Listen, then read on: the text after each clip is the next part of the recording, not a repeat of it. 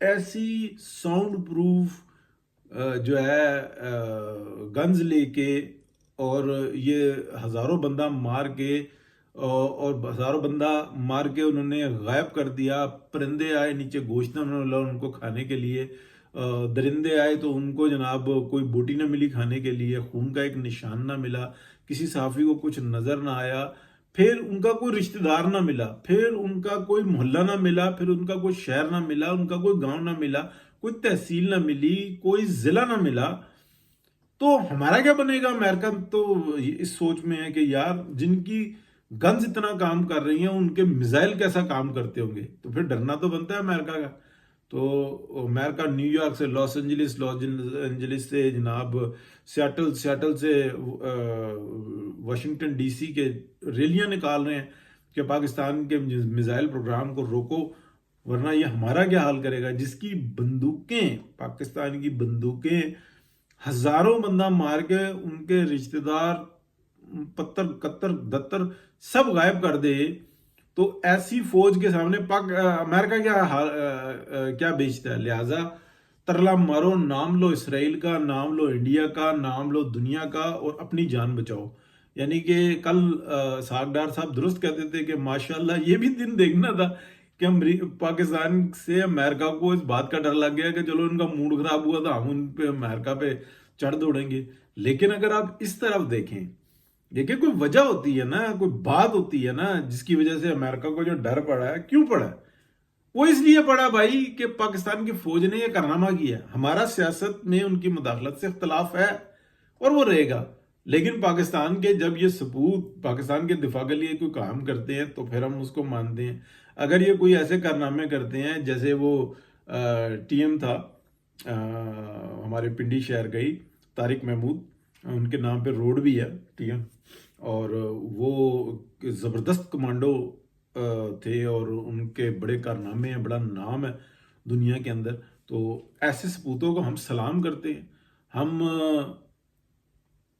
جو انسان جو پاکستان آرمی کے جو بڑے بڑے کام ہیں, جیسے انڈیا کے اندر گھس کے جب مارنے کی باتیں کر رہے تھے کہ جناب سے اسٹریٹجیکل اسٹرائک ہم نے کیا ہے, انڈیا نے 2-3 دفعہ کلیم کیا, تو اگلوں نے کر کے دکھایا. پھر پاکستان کی جو کمانڈوز تھے انہوں نے ایکشن کیا, اندر گئے, مارے پیٹے, فلمیں بنا کے لے کے آئے. تو ہم اس کے اوپر تو فخر کرتے ہیں نا. لیکن یہاں پہ ٹھیک ہے پاکستانی ہے, یا پتہ نہیں وہ کون سے لوگ تھے جو, یا وہ کون سے ایسے موکل تھے جن کو مار کے غائب کر دیا, رشتہ دار بھی غائب کر دیے, گاؤں دیہات گوٹھ سب کچھ غائب کر دیا ان کا. کوئی پوچھنے والا بھی نہیں ہے, وہ لینے بھی نہیں آتے. ہزاروں کے حساب سے مرے ہیں بھائی. چیل کوے آئے ہیں تو جناب ان کو نیچے بوٹیاں نہ ملی, جانور آئے ہیں تو ان کو ہڈیاں نہ ملی, سب خالی ہاتھ ہی چلے گئے. صحافی گئے ہیں تو ان کو لاشیں نہ ملی, کسی کو خون کا دھبا تک نہ ملا. ایسی فوج سے امریکہ کا ڈرنا بنتا ہے. اور اگر وہ ریلیاں نکال رہا ہے وہاں پہ کہ پاکستان سے بچاؤ تحریک چلا رہا ہے, اور گرنیل کو چھوڑ دیا ہے کہ کام تیرا لگایا ہے کہیں اور کا, اور تو جو نا ٹویٹر اکاؤنٹ کر پاکستان کے خلاف استعمال, اور جو ٹرمپ چلا دیا ہے امریکہ کی یہ امریکہ کا عمران خان ہے ٹرمپ, دیکھنا ہے اگلے 4 سالوں میں کرتا گیا. تو اللہ خیر کرے گا جی. پاکستان زندہ باد, پاکستان فوج زندہ باد. 26 نومبر ڈی چوک کا ایکشن زندہ باد. باقی ایک شخص بھی زخمی بھی ہوا ہے نا, اس کا بھی افسوس ہے. میں اب سیریس بات کرنے لگوں. اور یہ جو 60 کی آج اور 25 کی کل پرسوں جو سزائیں ملی ہیں, یہ معصوم بندے ہیں سارے, بہکاوے میں آ گئے. افسوس ہوتا ہے, لیکن ان کو کیا سزا ملنی چاہیے؟ بالکل ملنی چاہیے. لیکن ان کو جو استعمال کرنے والے تھے ان کو سینکڑوں سال سزا ملنی چاہیے, ان کو موت بھی آسان نہ آئے. یہ عمران خان اور جنرل فیض اور ان کے کرتے دھرتے جنہوں نے اپنے ہوش میں جو نا پاکستان کے اوپر اٹیک کیا.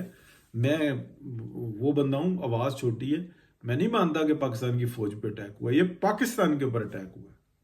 یہ جو فوج ہے یہ پاکستان کی ہے. ان کا ٹرائل آرمی کورٹ میں ہو یا سول کورٹ میں ہو, یہ لاجک کو سمجھنے والے جانے. اگر کسی نے GHQ پہ اٹیک کیا تو وہ پاکستان پہ اٹیک کیا.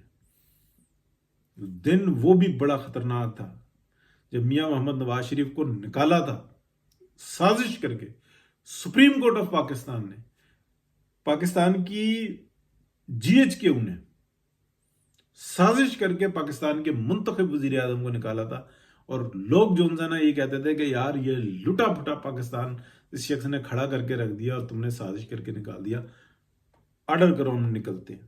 اتنی لوگ جذباتی تھے, آگ لگ جانی تھی, کچھ نہیں بچنا تھا.